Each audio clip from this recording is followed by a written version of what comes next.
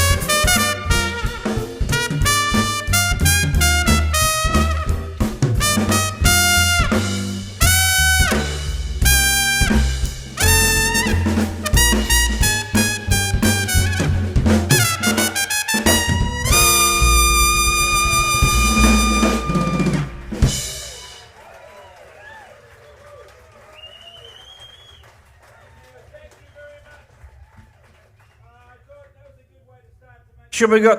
Oh, that's better. Thank you.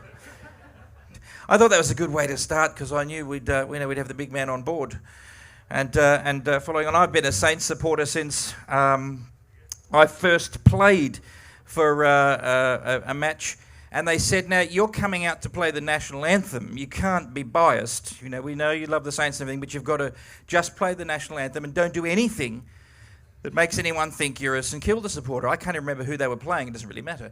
And so what I did, I'm not kidding, I actually got a red trumpet and just played that, said nothing. And I did actually slip it, if any of you ever heard it, but it's one of the great renditions, if I do say so myself, of our national anthem, because I actually slipped a bit of the Saints into it. It's the only time it's been done, apparently. Anyway, we're going to have some fun tonight. Before we go any further, I'd like to introduce the fabulous members of this band. Now, many of you will know that, of course, my sons were with me on the last cruise and that they didn't get in to the US this time. I mean, it had to happen at some stage, didn't it? Would you let them in? But no, they did have a problem with immigration. It is a thing for musicians sometimes. And so they made it as far as LA and then went home again. But we have some wonderful musicians with us, some new friends and some old friends. One of the new friends that I've met here on the ship, and he's just an incredible musician. Wait till you hear what he's going to do throughout the show. Would you please welcome our bassist, Fabrizio Barrera.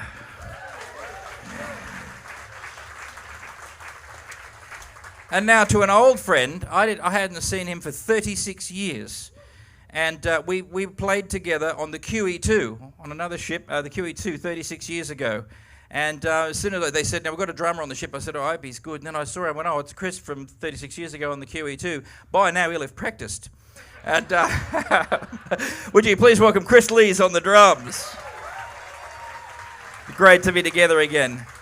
And then my dear friend and a colleague that I tour all over the world with, we just completed a 6-week tour of Europe last month. And had an absolute wonderful time. You'll notice that they aren't letting people in. Some people are let in, but they don't let their shoes in.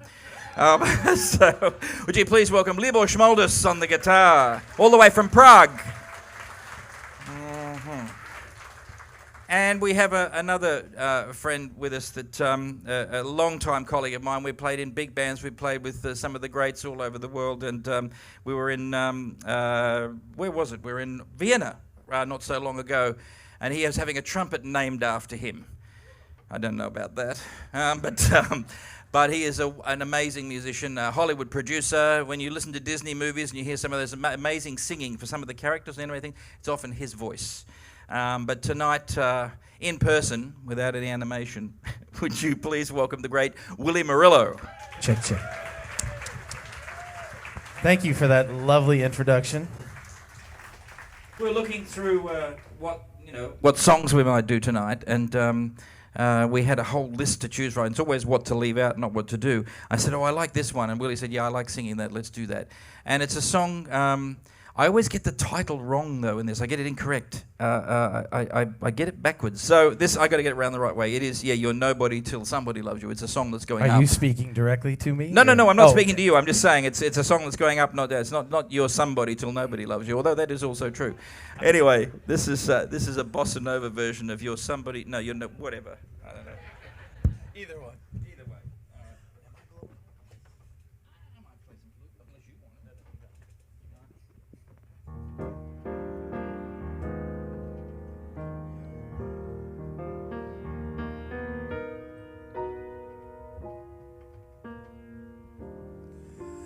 You're nobody till somebody loves you. You're nobody till somebody cares. You may be king, you may possess the world and all of its gold, but gold won't bring you happiness when you're growing old. The world still is the same. You'll never change it as long as the stars shine above. You're nobody till somebody loves you. So find yourself somebody to love. What a great message. What a great message. You're nobody till somebody loves you. You're nobody till somebody cares. You may be king, you may possess the world and all of its gold, but gold won't bring you happiness when you're growing old. The world still is the same, you'll never change it. As long as the stars shine above, you're nobody till somebody loves you.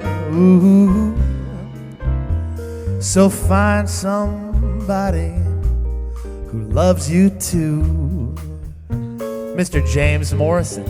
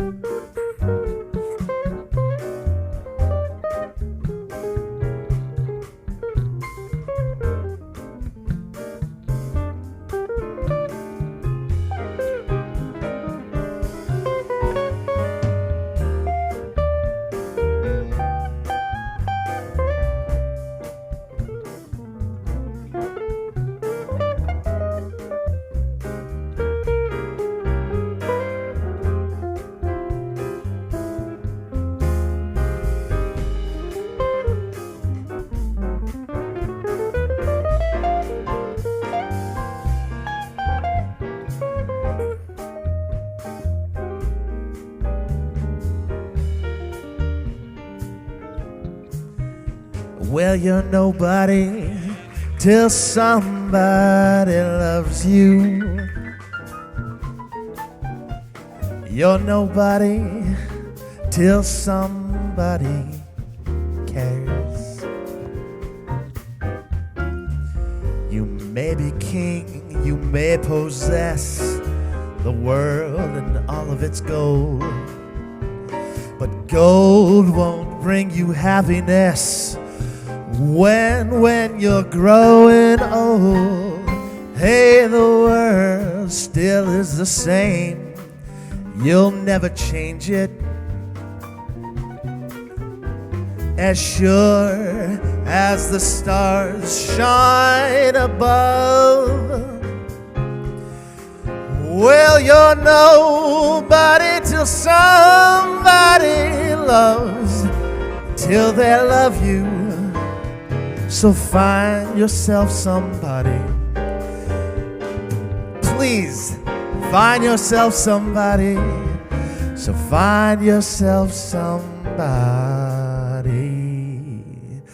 to love.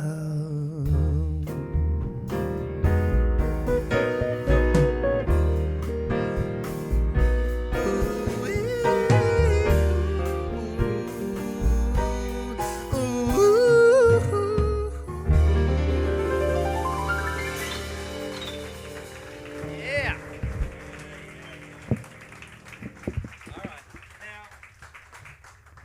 Now, he came on board to sing our sail-away party. He wasn't supposed to be on the cruise. He's a stowaway.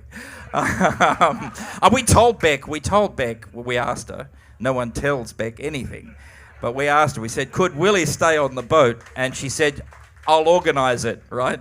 And she did. So Willie stayed on the boat. So he didn't have a trumpet with him because he wasn't expecting to stay. He was just here to sing. So I said, well, you can use my new gold-plated trumpet that I got in Vienna. If you're careful with it and don't, play it too well. Sorry, don't drop it. So we're going to do a song now where you do some trumpet and some singing, and I'll just try and, be impressive. So somehow, without trumpet. So you ready for this? Who wrote this? This is that great song written by, and it's called When You're Smiling. Oh, yeah. All right. I can't remember how we decided to start this. Do you? How about like a little Yeah, you go.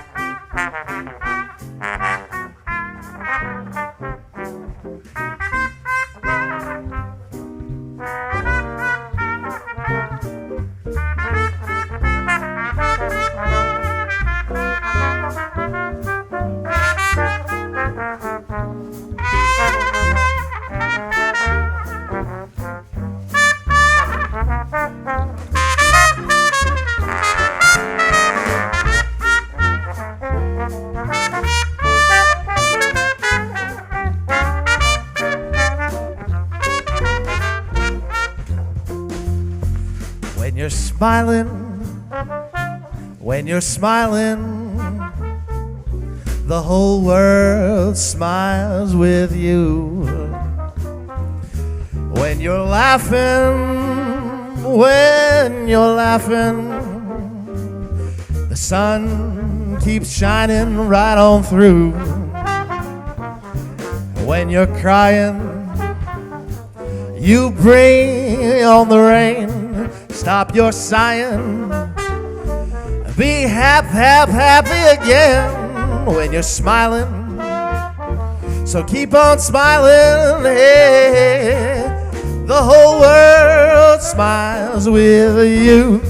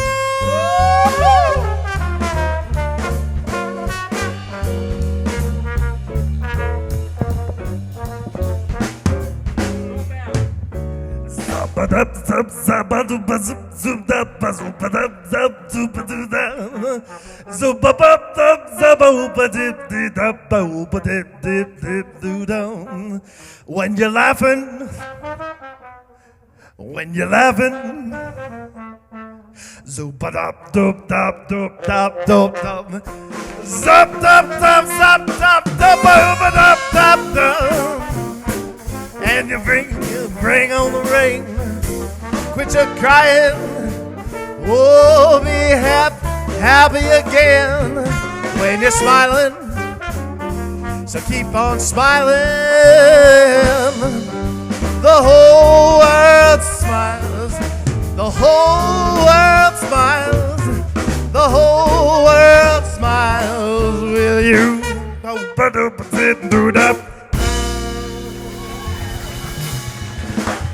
Willie Murillo. We'll get you back soon, man. Woohoo! All right. That's enough. Leave that trumpet there.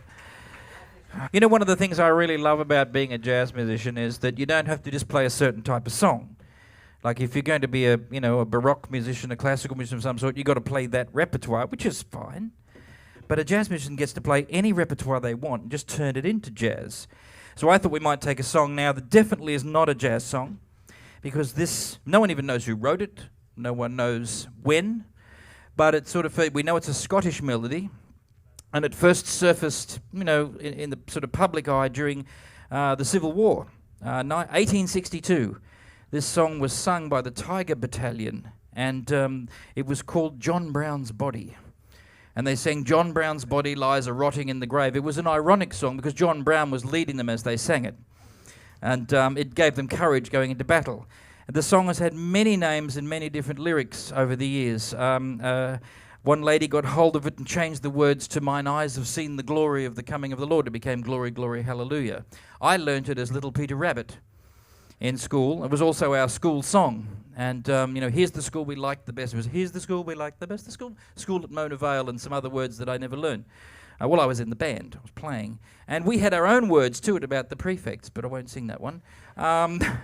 But whatever words you know to this song, I'm sure you know the song, the melody. It's just an old Scottish melody.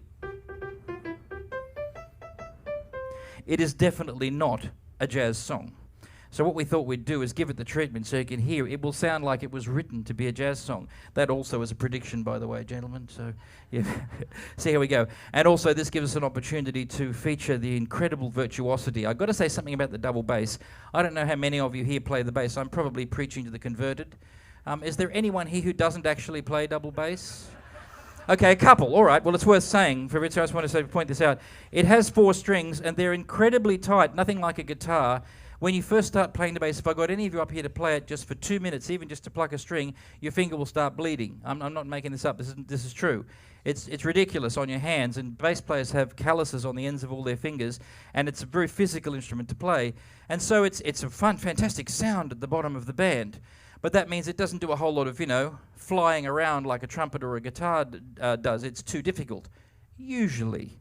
And that's why you don't often hear bassists right up the high end of the bass, which is the hardest part to play, and moving around very quickly. No pressure. But Fabrizio happens to be a virtuoso on this instrument. We want you to hear how he plays on this one. So we'll also be featuring him. That's after the piano solo. Okay? Yeah, all right. So here's our version of the Battle Hymn of the Republic, or John Brown's Body, or Little Peter Rabbit, or Glory, Glory, Hallelujah, or that prefect one. All right.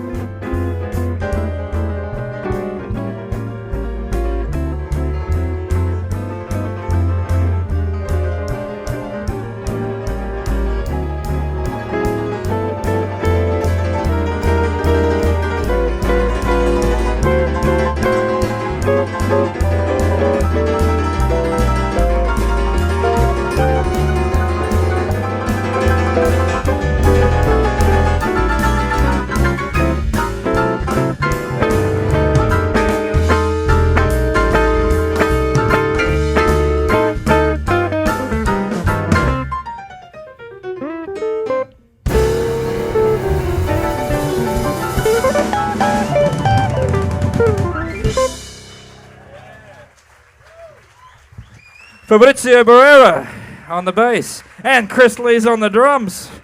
Woo-hoo. Yeah, that's smoking. You got it? All right, take over. What a great night. It's not over yet, mate. You just wait till the end to say that. This might be the last tune. No, it's not the last. Whenever I sing a Sinatra tune, I got to tell you, Yeah. it's a little bit, I'm always conflicted because nobody wants to sing a Sinatra tune after Sinatra sung these tunes. Yep. It's a little bit like soloing after you solo. Nobody wants to do that. We're going to do that classic. You'll know this one. You got to sing along on this one.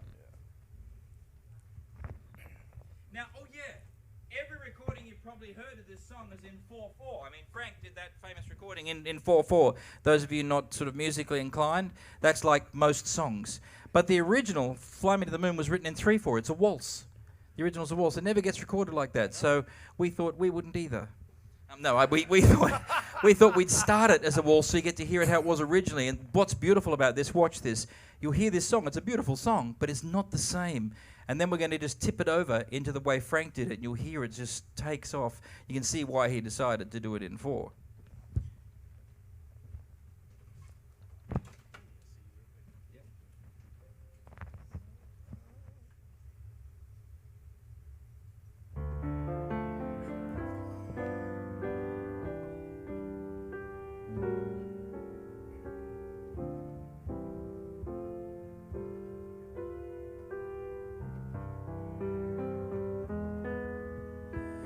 Fly me to the moon and let me play among the stars. Let me see what spring is like on Jupiter and Mars. In other words, hold my hand.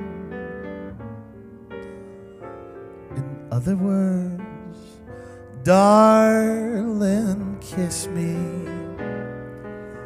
Fill my heart with song and let me sing forevermore.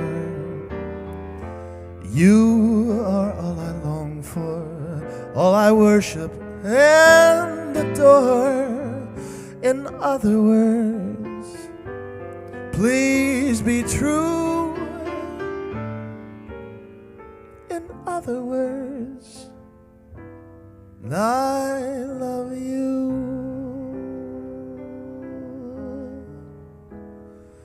Why don't you fly me to the moon and let me play among the stars? Let me see what spring is like on Jupiter and Mars. In other words, hold my hand. In other words, darling, kiss me. Baby, fill my heart with song and let me sing forevermore. You are all I long for, all I worship and adore. In other words, baby, please be true, true. In other words, darling, I love you. Come on, James. Ha!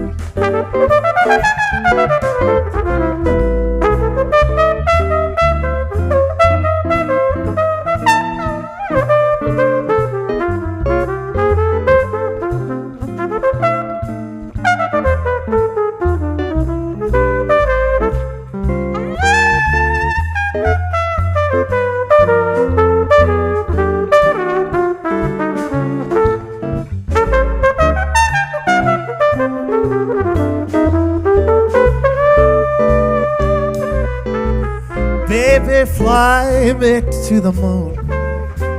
Let me play among the stars. Let me see what spring is like on Jupiter and Mars. In other words, hold my hand. In other words, darling, kiss me. Fill my heart with song.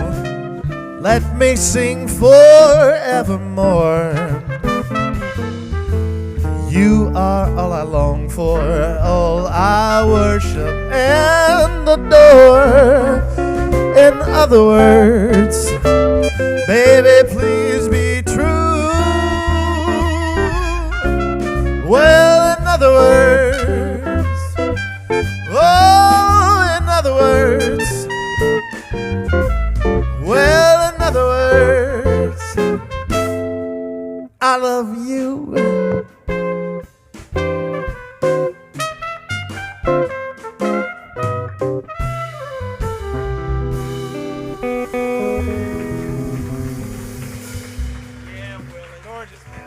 Willie Murillo. Willie. Yeah, man. Do you know, I was thinking about piano, and I talked about classical music before, and you know, how they play that repertoire, and we play jazz, and you can turn anything into jazz. And I was thinking, when you learn the piano, who plays the piano? Who plays the piano? Anyone play the piano? I know there's probably quite a few pianists in the room. Not many people like to put their hands up. Yeah.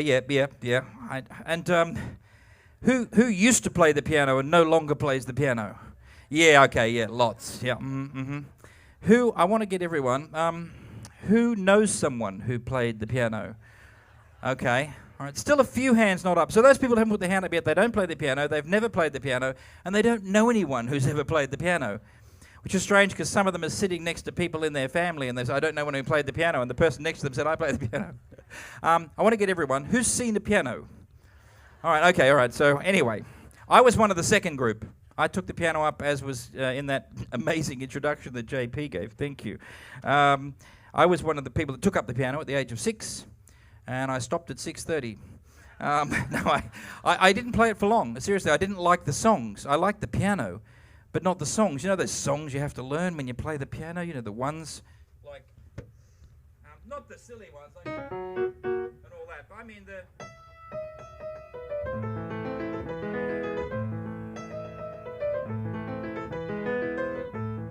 That's a song about a dog.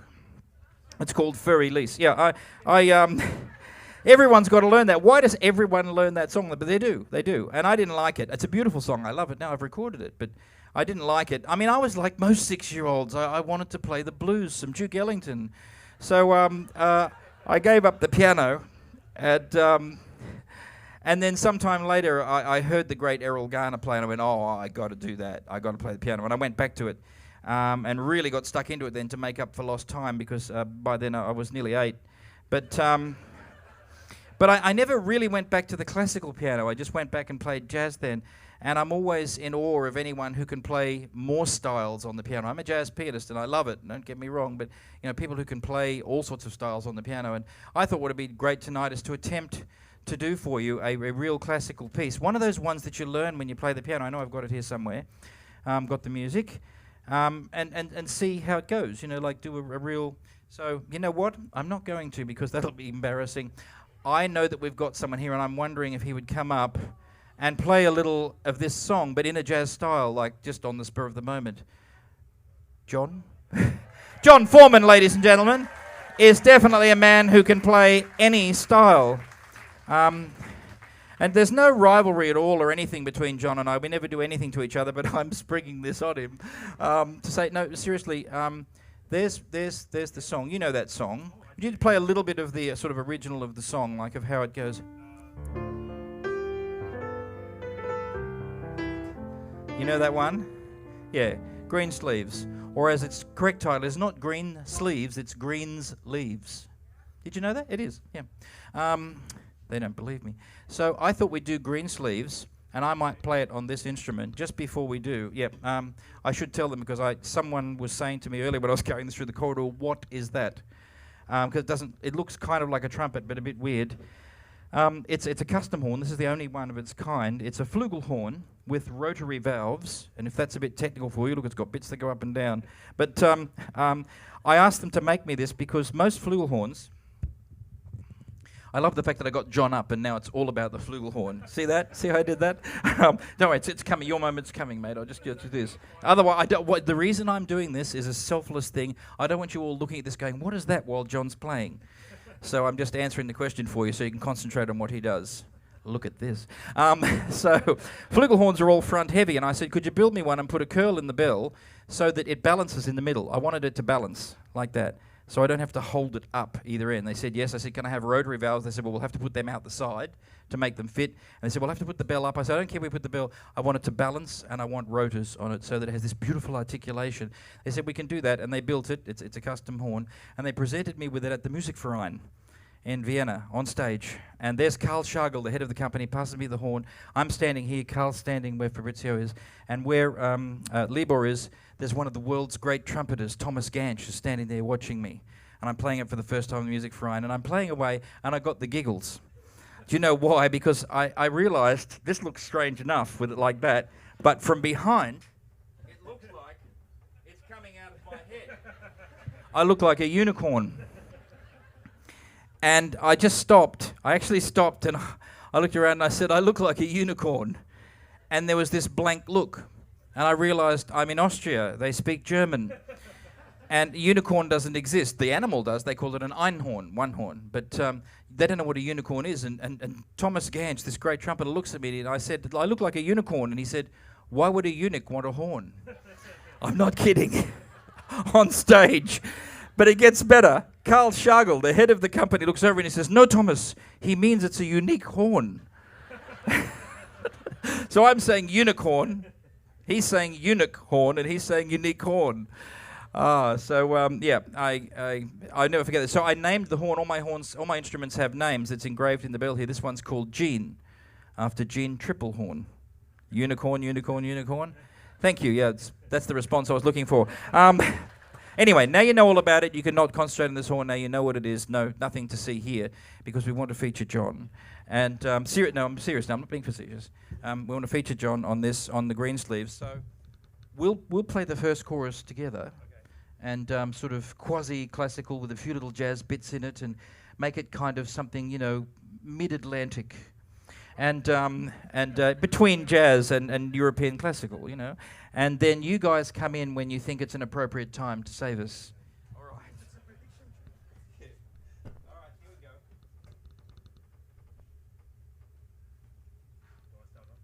Why don't you start? Yes.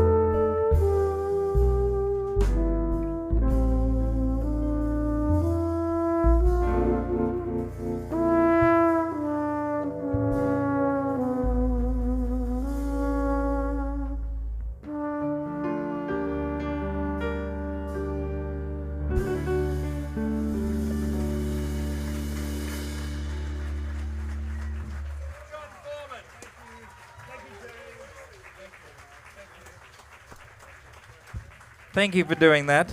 Thank you. Beautiful. And of course, John will be back later next week. We've got a night together and all sorts of fun things are going to happen.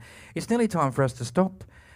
Thank you. That was a cue for you to do all that. Yeah. Come on. Oh, no, really? Oh, well, okay. We could do just one more then. It is nearly time. No, look, actually, it's my mistake. Sorry. We will be playing forever. No, we will, just not here tonight. No, leave it wanting more. But we do have one more number for you. We're going to do a song. Now, this is a song that was composed on the last cruise. The boys and I got together. Some of you may remember this. And we said we need a song to sort of finish off with, something rousing, something that gets going, and something bluesy. And so we wrote this tune, and it's called The Fox. And since then, and we played it on the last cruise, but since then it became part of our repertoire. We've played it in jazz clubs and concert halls all over the world. We've recorded it, and it's actually done quite well for me. I'm getting quite a few royalties, so that's worked out well. But no, all jokes, and that's not a joke, but we said, well, we've got to finish off with The Fox. So I said to Willie, it's a bit of a tricky trumpet part, so you can play that. And I'll start on the piano, but I'm warning you, I don't know where this is going to end, but I think it could get messy. Okay, this is The Fox. Look out. I'm going to do a little introduction, and then we'll hit. Yeah, and then I'll give you a count. And it's a 1, 2, 3, 4, 1. Isn't it? Yeah, okay. All right, look out.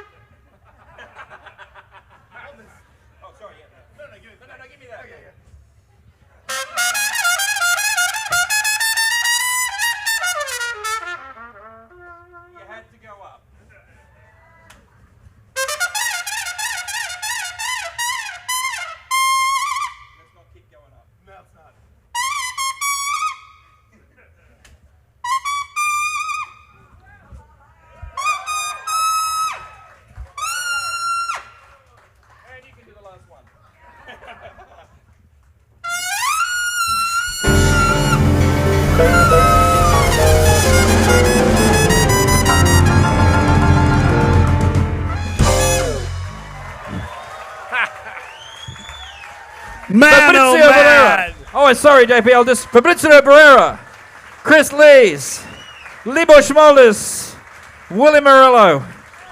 Thank you. Thanks for being with us. We got more coming later in the cruise. It's going to be great. All right. And thank you to John Foreman. Thank you, mate. Good night. What an incredible night, ladies and gentlemen, James Morrison and friends.